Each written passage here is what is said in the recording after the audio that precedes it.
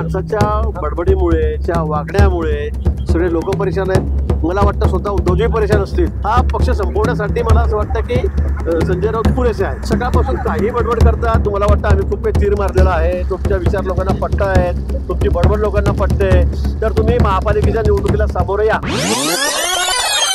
उद्धव बाळासाहेब ठाकरे गट आहे, हा गट मला वाटतं आता जमीन दोस्त देशद्रोह होण्याच्या मार्गावर आहे। नाशिकला आता ते संघटनात्मक गोष्टींवर चर्चा करून गेले, त्यांच्याकडे तर तुम्ही बघा या 8 दिवसामध्ये कोण राहील कोण राहणार नाही म्हणून। त्या माणसाच्या बडबडीमुळे त्या वागण्यामुळे सगळे लोक परेशान आहेत। मला वाटतं स्वतः उद्धवजी परेशान असतील, पण ते आउट ऑफ कंट्रोल झालेलं आहे, आउट ऑफ कंट्रोल झालेलं आहे काम यांचं। आणि म्हणून अशा या बडबडीमुळे हा सगळा पक्ष आता कधी म्हणजे मी सांगू शकत नाही, मला शब्द नाही त्यांच्याबद्दल, पण हा पक्ष संपवण्यासाठी मला असं वाटतं की संजय राऊत पुरेसे आहेत। मी सांगितलं ना, संजय राऊत बद्दल काही उत्तर देण्यासारखा काही प्रश्न नसतात आणि बोलण्यासारखा तो माणूसही नाहीये खरं म्हणजे।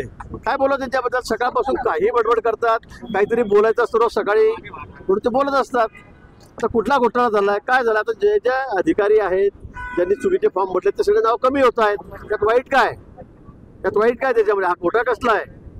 म्हणून मला असं वाटतं की संजय राऊतांना आपण एवढं गंभीर घेऊ नका, तर आपण दाखवल्यामुळे ते वाटेचे बेशूट बेताल काहीतरी वक्तव्य करत असतात। त्यांना म्हणा तुम्ही निवडणुकीला तर समोर या, महापालिकेच्या निवडणुका आहेत आणि तुमचे किती लोक निवडून येतात तेव्हा कळेल कोण अनाथ झालंय, कोणाचा विकास झालाय, कोणी दत्तक घेतलाय।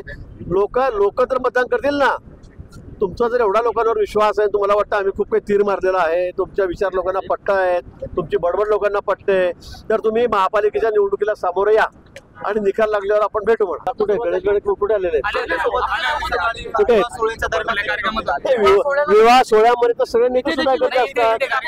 नाही, मला अजून त्याच्याबद्दल काही माहिती अशी अजून काही चर्चा कुठे नाहीये, पण नाशिक शहरामध्ये जिल्ह्यामध्ये अनेक नेते, अनेक सर्वपक्षीय नेते, प्रमुख पदाधिकारी, कार्यकर्ते हे भाजपत येण्याला उत्सुक आहेत। थोडे दिवस आपण वाट बघा, पुढे काय काय होतं ते आपल्या आठवडाभरामध्ये आपल्याला चित्र स्पष्ट होईल।